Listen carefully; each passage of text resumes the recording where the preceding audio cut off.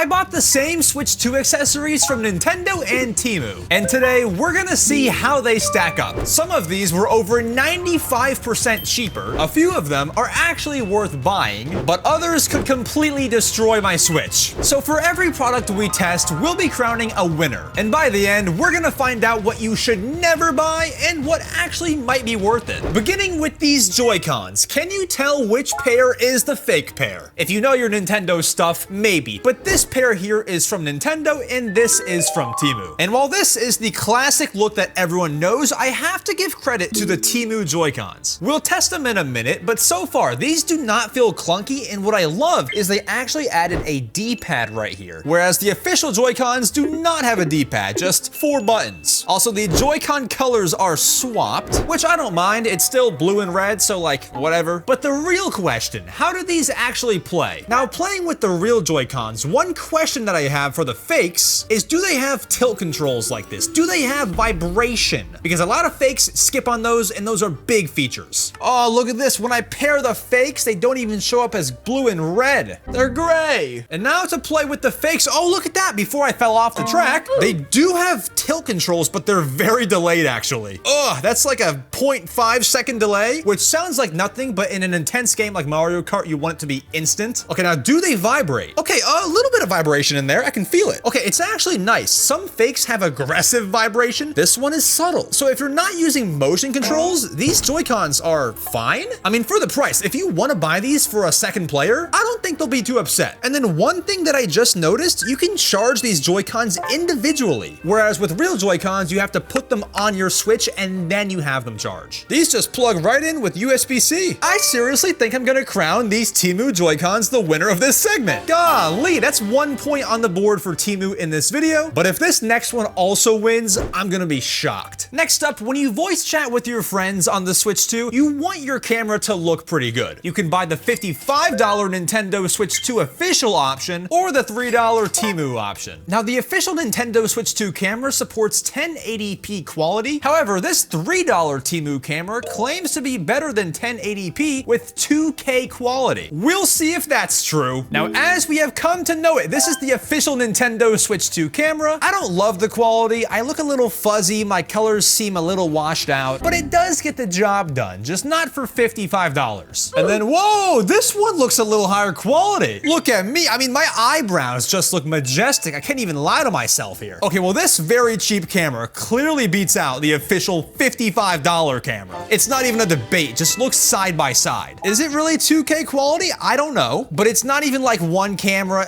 might be better. Nah, buy yourself the fake one. That is 2 points on the board so far for Temu. Let's see if Nintendo can get anything here. Now, more than anything, you always want your Nintendo Switch 2 to be protected, because if you break it, you're losing big money. This is the official Nintendo Switch 2 carrying case. Not cheap, as you can see. And this is the $8 Temu carrying case. Look at the size difference there. I might like this one a little better already. And after opening both of these up, that size difference may not help as much as I thought it would. It turns out the Temu case is a lot deeper, but there's no extra padding. However, I give credit. The Temu case holds 12 Nintendo Switch games. Our official Nintendo case holds only 6. Come on, Nintendo, really? You could have done 6 more? Anywho, let's test both of these. And now before the drop test, I'm just squeezing this case. I feel my Switch. There is not an ounce of padding in this official case. I mean, I doubt my Switch will break, but I'm going off of sound.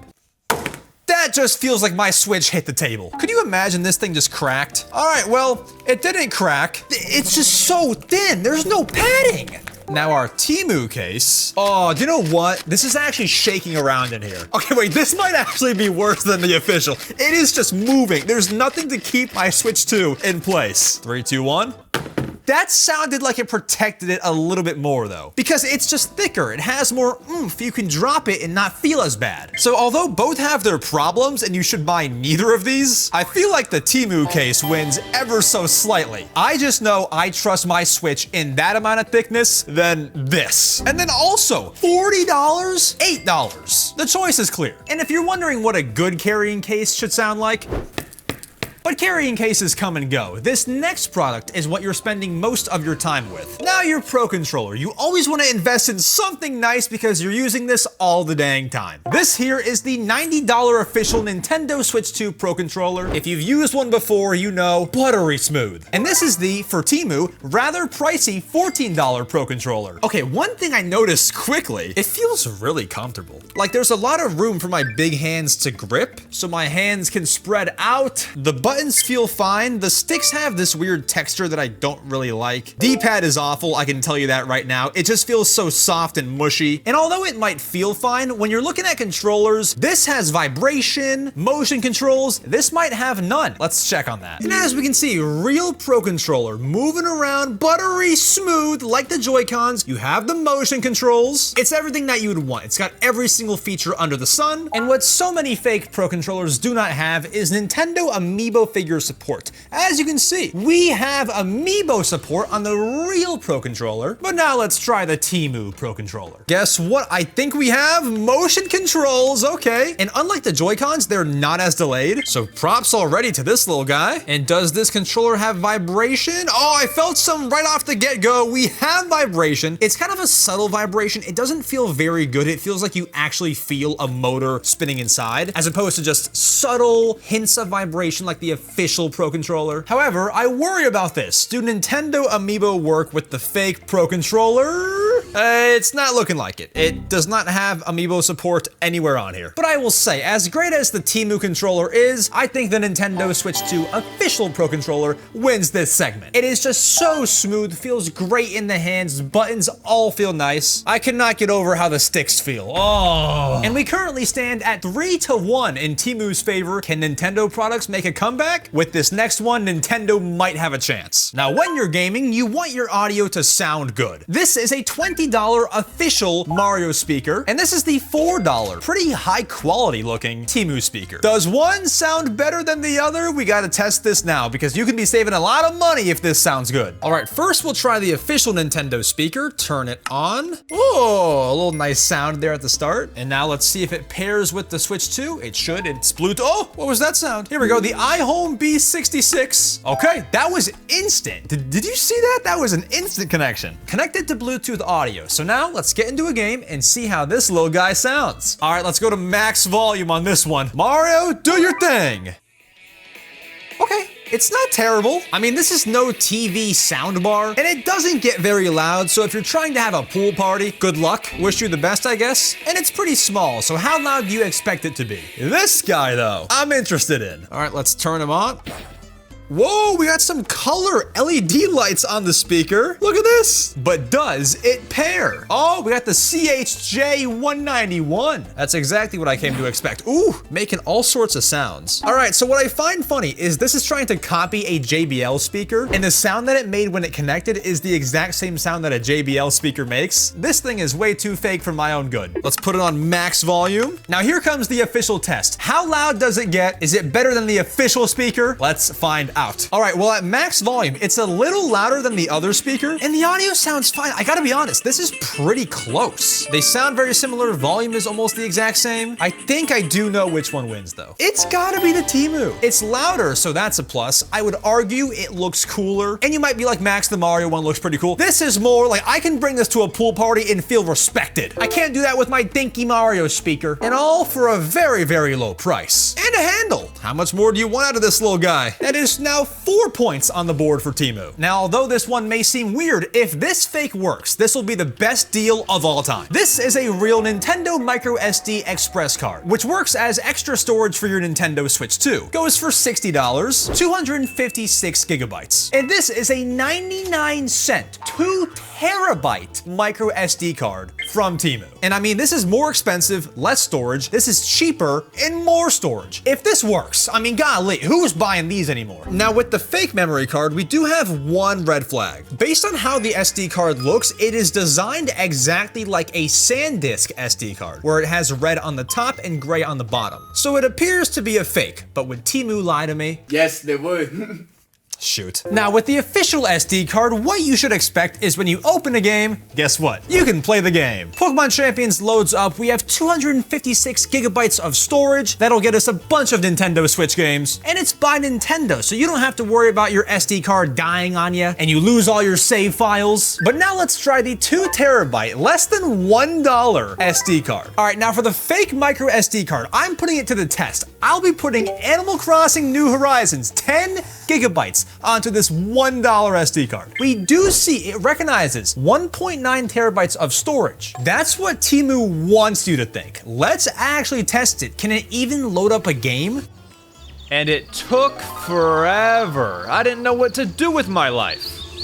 Or not. This transfer would work with any real SD cards. Maybe not the fake one. I guess by default, the winner goes to Nintendo's official SD card, because this never stood a chance. Next, many people prefer the official Nintendo Switch 2 dock, although it is $125 because it'll work great. But can you get a dock just as good for $9? And I mean, even just putting my Switch 2 on this fake dock is a challenge. You have to line the USB port exactly right up with it. Boom. And then even still, it's a wobbly old mess. But it is $9. What I'm worried about is, does it look good on TV? First, with the real Switch 2 dock, if we go to the settings, you can see we have full 4K resolution, buttery smooth colors, look great. It's what you would expect out of an official Nintendo product. Now for the fake dock, let's plug this in. Wait a minute, there's no way to plug in the TV cable. I think we just bought a dock that only charges. Okay, well, does that at least work? Okay, well, the charging works. Sad, but I think we have one more dock we can use. We bought a spare. This one does have an HDMI TV cable. Well, my Switch 2 is charging, but there's nothing going to the TV. It's not working. You gotta be kidding me. Now, I know that there are some unofficial docks that you can buy that do work, just apparently not from Temu. Which, what did I expect? We have one more segment, and if Temu wins, they will win the entire video. And now, for the biggest test of them all, real Nintendo Switch 2, fake Nintendo Switch 2. You might think the official one is better, but can you get any sort of bang for your buck value out of this little guy? All right, we're turning, oh, I turned it on. We got two options, Chinese or English. Also some banging music. I do not think there is a way to turn off this just banging soundtrack right now. But we have a bunch of NES games preloaded onto this console. It's a 501. Fantastic value. So let's try out some Mario Bros. Okay, and look at this. I mean, it is Mario Bros. This screen is not looking too good. I can barely even see Mario in true color. It's super dark and dim, but the buttons are responsive. They feel fine. But like $15, I guess there's some fun to be had here. 500 games can last you an entire road trip. But definitely not my preferred way to play, I tell you that much. Hold on, they have Angry Birds on here. All right, Angry Bird, go! And... level? No, I didn't beat it. I died. Let's try again. Angry Bird, go! Hey, look at that! My Angry Bird is Angry Birding. Overall, if this volume could turn down, I would not only have a better sounding YouTube video, but I could play this thing out in public. Now, while this $15 Temu Switch 2 does give you some fun times, you gotta pick the official. Temu and Nintendo tied. Moral of the story, buy good stuff. Official, bad, Temu, good. Official, good, Temu, bad. Happy shopping.